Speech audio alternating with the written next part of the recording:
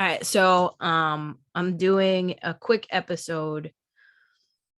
This might not be quick actually, but I'm doing an episode because I've been slacking. But um I also got this new microphone. I hope the quality is better like in this setup. Whoa, hi. I'm lighting some Palo Santo. Um just because I can and I feel like it. But I want to talk about where I've been the last couple of weeks. And really this episode is about taking accountability. And I know I've done pretty much not pretty much. I know I've done I'm like my brain is my bad. I'm not editing this shit either. I know I've done like at least one episode talking about accountability, but who the fuck would I be if I just made one episode and then just left it?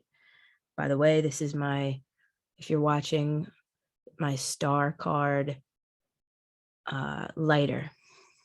And the star card is one of my favorite tarot cards, so it's fitting. It's about hope and healing. Anyway, y'all know if you've been keeping up that my grandmother recently passed away, going on a month now, actually. April 12th will be a month that she's been gone. And since then, I feel like I have been completely thrown off, which, okay, is natural, right? That's the natural progression of things, is being completely thrown off your game. And so that's where I've been. Today was the first day that I meditated, I think, in like a little over a week.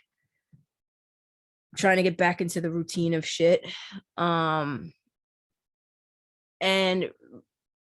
also just trying to honor my feelings in it all. The last episode that I've made was basically talking about like the beauty of my like family and stuff like that, and that dynamic. And while yes, all of that is wonderful, all well and good, it's kind of gotten to the point where it's like, okay, it's time to face the reality that you lost somebody and you went through something traumatic, and allow that shit to hit you. And so like right after the week of burying my grandmother and you know the funeral and the wake and all of that, and being there every single day with the family and not sleeping and not really feeling either, it's like funny because wakes are like moral support where people come to show their respects for themselves, but also be support systems, you know what I mean? But in doing that, it also becomes a deterrent and a distraction, and that's exactly what it was for me, because I had constantly had people around, whether it was my cousins, whether it was friends who had come to show their respects, whoever it was, family members. We always had somebody around us. And so because of that, I promise this episode is about accountability. But I have to give the context. Because of that, there was really no space to grieve. Yes, there was space to grieve. Like, obviously, my family gave us the space that we needed to cry it out and like whatever. But for me, at least, that ain't how I grieve. It's just not. I do it alone, unfortunately. That's what I've always done. I don't do it when there are people around. So I held in a lot. I think also the shock of everything kind of just there was a numbing factor. And I think that's just always been my go-to, is like, all right, completely dissociate from myself. And so we went that entire week distracted, at least for me, like distracted with my family and having laughs and whatever. That's not to say I wasn't anxious during the entire situation, but for the most part, I was occupied. And then cut to the week after, which is the week that I've been gone. This past week was a week of me just putting my face to the grind with my internship, with school, to finish everything that I had to get finished by Thursday, because I was leaving that Friday, last Friday. Right now, at the time of this recording, it's Sunday night. Last Friday, I was leaving to go to Pennsylvania for the weekend with my friends for one of my good friends' weddings. So I say all of that to say I had zero time in between being at the hospital every single day, watching my grandmother decline, watching her die, to then literally having maybe a day to like breathe, which wasn't even a day because you had to get ready and everything like that, to right into the wake and funeral. And then a week later, right into just school and getting everything I needed to get done for school so I wasn't behind, so that I could go to a wedding. I go to the wedding. The wedding was amazing. We had a very good time. Very fun. I drink. This is where the accountability comes in. Because as y'all know, my goal was to be sober for an entire year. I made it 3 months, literally 3 months to the day, and had a drink. And I'm not an alcoholic. My family is like, you fucking talk like you're an alcoholic. I don't identify as an alcoholic. I identify as somebody who uses alcohol as a crutch, as a way, a means of coping, and numbing, further numbing. And do I know how to control myself? Yes. When I am sad, do I know how to control myself? No. I don't, again, I do not identify as an alcoholic, but my goal, and this is how I am with all of my goals that really mean something to me, and this sobriety meant something to me, was to make it a year. I made it a quarter of a year and then drank, which again, for me, that's an accomplishment and I will take that. But I did drink the weekend. I drank Friday and Saturday, despite waking up Saturday morning, which was the day of the wedding, anxious. I still woke up. I was in the wedding, so on the groom's side of the wedding. So I got my suit on, everything like that, went to the best man's house to get ready. And 10 in the morning, I'm drinking fucking Bloody Marys. I had 2 Bloody Marys. I'm drinking, like, it wasn't even like I eased into it. I just went to town. And I'm not ashamed of myself. I'm not beating there was maybe in the beginning, there was like me beating myself up a little bit. Like, you idiot, you were doing so good. Why would you drink? It was my first social event since, like, not drinking. I thought I had a handle on it. I wasn't planning on drinking, and then I just got around everybody socially, and I was like, you know what, I'll have a glass of wine. That was the first night.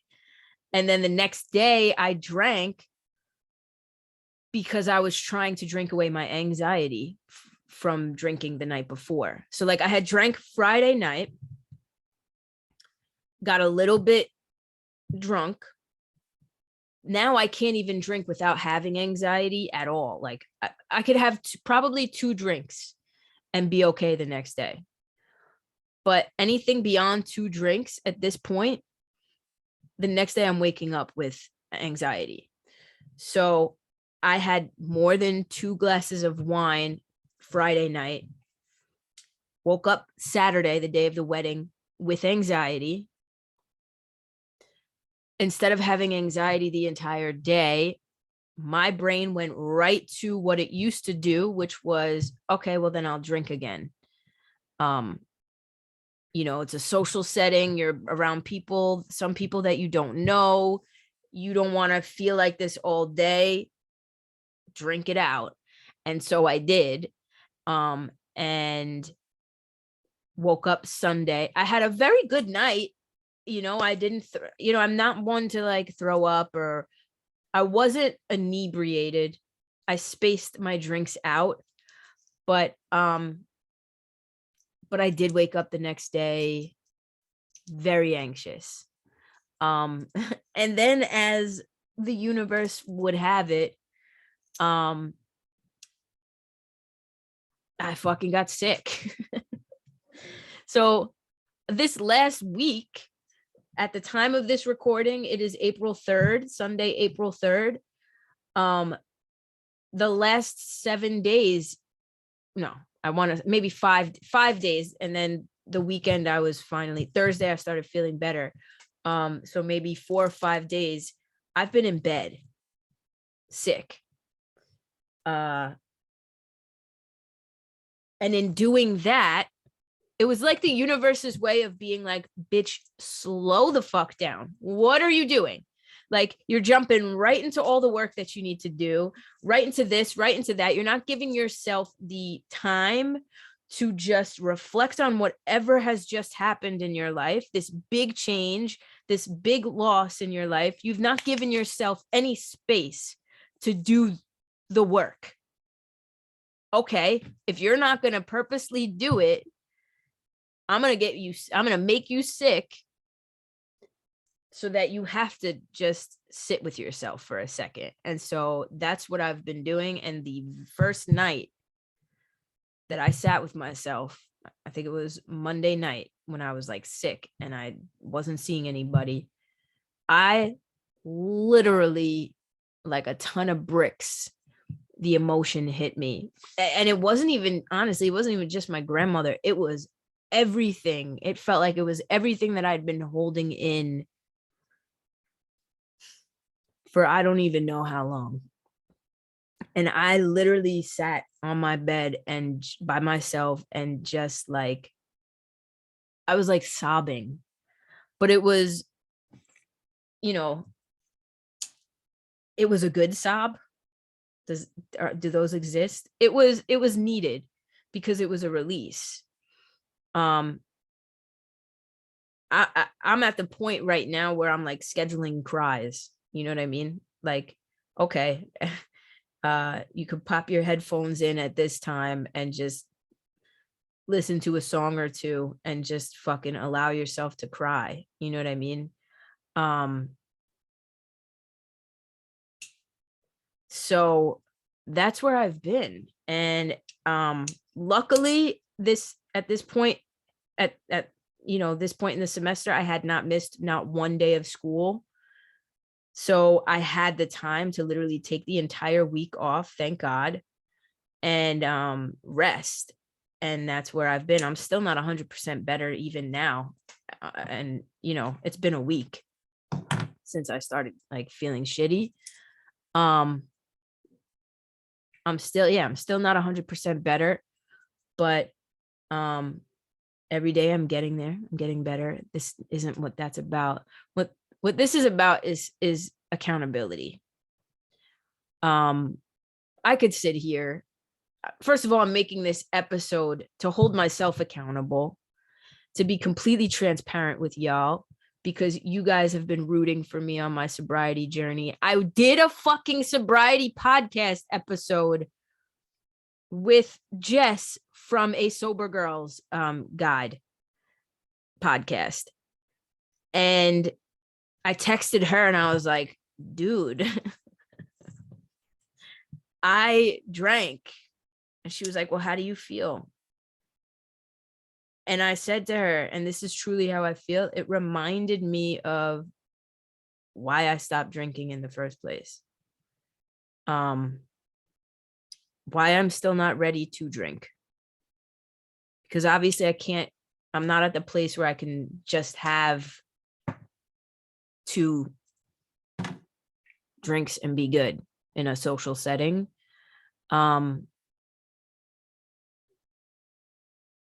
the anxiety that I felt, I don't want to feel that anymore.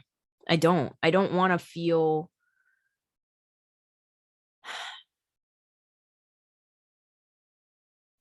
like I can't breathe anymore. You know, I went through a traumatic experience with my grandmother and everything like that. And I was still able to get a hold on my anxiety, barely, but I was able to do it because I had the tools and I had my sobriety. And that was working in my favor. You know, I was healthier. I was, you know, my body was like thanking me, you know, and then there I go and I drink. And I felt like, and I still feel like now I'm starting back at 1, you know? So I'm taking it a year then from March 25th. Well, it would be 27th because I drank the 26th, 25th and 26th.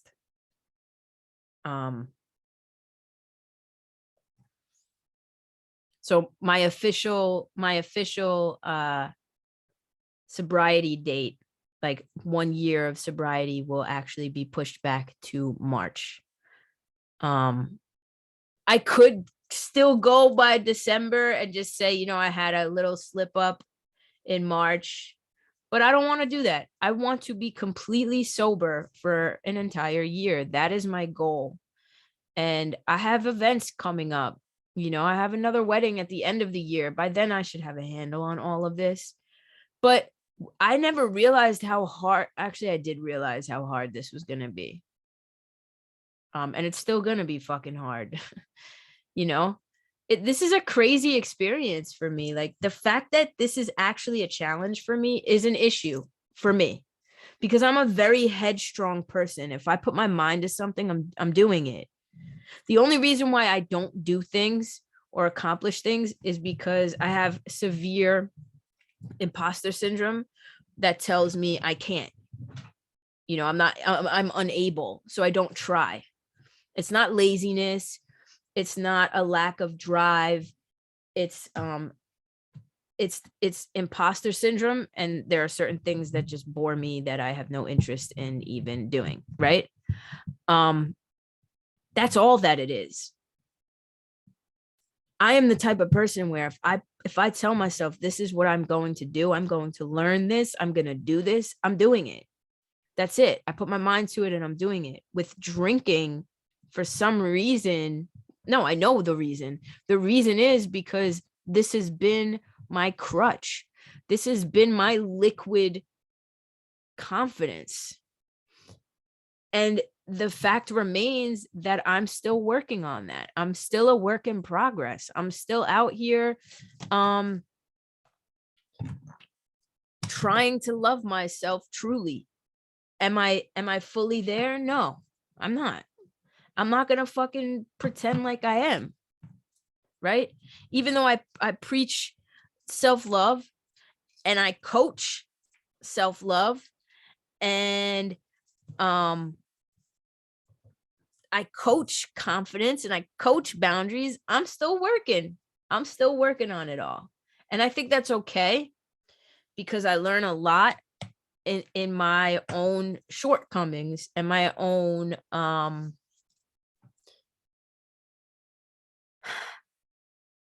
I don't want to say failures because it's not a failure, in my own setbacks. Like I said, I could sit here and beat myself up. I'm not going to do that. It's really not something to beat myself up over. I'm going to give myself the grace that I deserve. And that's what self-love is. It's giving yourself that space to understand that you are a human being, that you're going to make mistakes, that you're going to have human experiences, and that it's easy to accomplish things when you have all of the eggs lined up, or all of the eggs in the basket that you need them in. But when one of those eggs cracks, that's when your true strength needs to come through. And right now, I'm not going to lie, in life right now, with emotionally, with things that have happened, a couple eggs have cracked in my basket. You know what I mean? And I have a lot on my mind. I have a lot of things that I'm trying to like work through. You know, I'm having fucking nightmares at night. I don't know how other family members are doing it. Like, we were all in that room watching my grandmother die, and like, I don't know, I'm just having crazy dreams about like dead bodies and shit like that. Not every night, but like one or two. I've had some morbid dreams.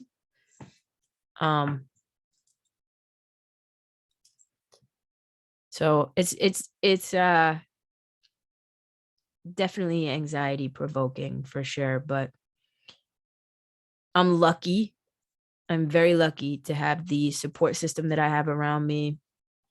You guys, y'all are probably following me on Instagram, and like just the outpour of like, I did a meme contest, not contest, but like I posted a picture of me, a ridiculous picture of me when I was a kid. And I was like, if y'all don't make this into a meme, I might just log out forever or something like that. And the people who came through, and I was all day laughing with y'all, you know, and like you guys had so many of my family and friends like reached out, and they're like, yo, these are killing me right now. Like, I am truly 100, and I don't say this enough, I am so grateful for all of the support, for you guys on Patreon who I consistently neglect, and I apologize, for and everybody who tunes in and listens and watches these videos, everybody who follows me on Instagram and just reaches out. Like, I am so incredibly grateful for you guys. You guys don't even understand. There's a lot of good going on right now. I feel like I keep saying it, but I feel like I'm on the precipice of something, you know, like a breakthrough or something like that. And I don't know why, but I just keep feeling that. I'm just trying to like get through the cracked eggs right now. And I have the resources that I need. You know, I know I'm very lucky. I have my meditation practice. I have my journaling practice. I have this is a release for me. I have so many things, tools in my tool belt. And that's what it's about. It's not about life being rainbows and butterflies all the time. I am consistently saying this. It's not about that. It's about learning to take the shit when it comes, and also while also appreciating the flowers and stopping to smell them. You know, it's not taking the shit and pretending that it's roses. It's literally allowing yourself to smell the roses while also acknowledging that next to the roses, there could be a pile of shit that you need to get rid of. So this is my accountability post. Quite frankly, I don't feel like I've let anybody down other than myself. But I'm happy with the progress that I made for those 3 months. I will take that experience. I think I needed it. I will take that experience and remind myself of the debilitating anxiety that I felt on Sunday. I will always keep that in the back of my head. Anytime that I think like, nah, I'm okay. It's okay if I drink. And I will remain sober. Like I said, full transparency. I'm not going to sit here and pretend like I didn't have a drink. And I'm not going to sit here and act like that's the worst thing in the world, because it's fucking not. So that's where I'm at. I'm working on getting back to the schedule. I will be, for the foreseeable future, giving myself the time and grace that I need.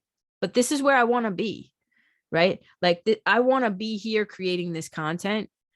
And so that's why you're not going to be missing me, because I'm going to be here. This is what I'm motivated to do right now. So, that's where I'm at. I think that's it.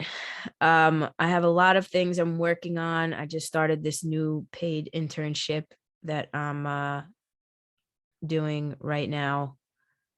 And yeah, that's that. I love y'all very much. And I'll catch y'all in the next one. Peace out, everybody.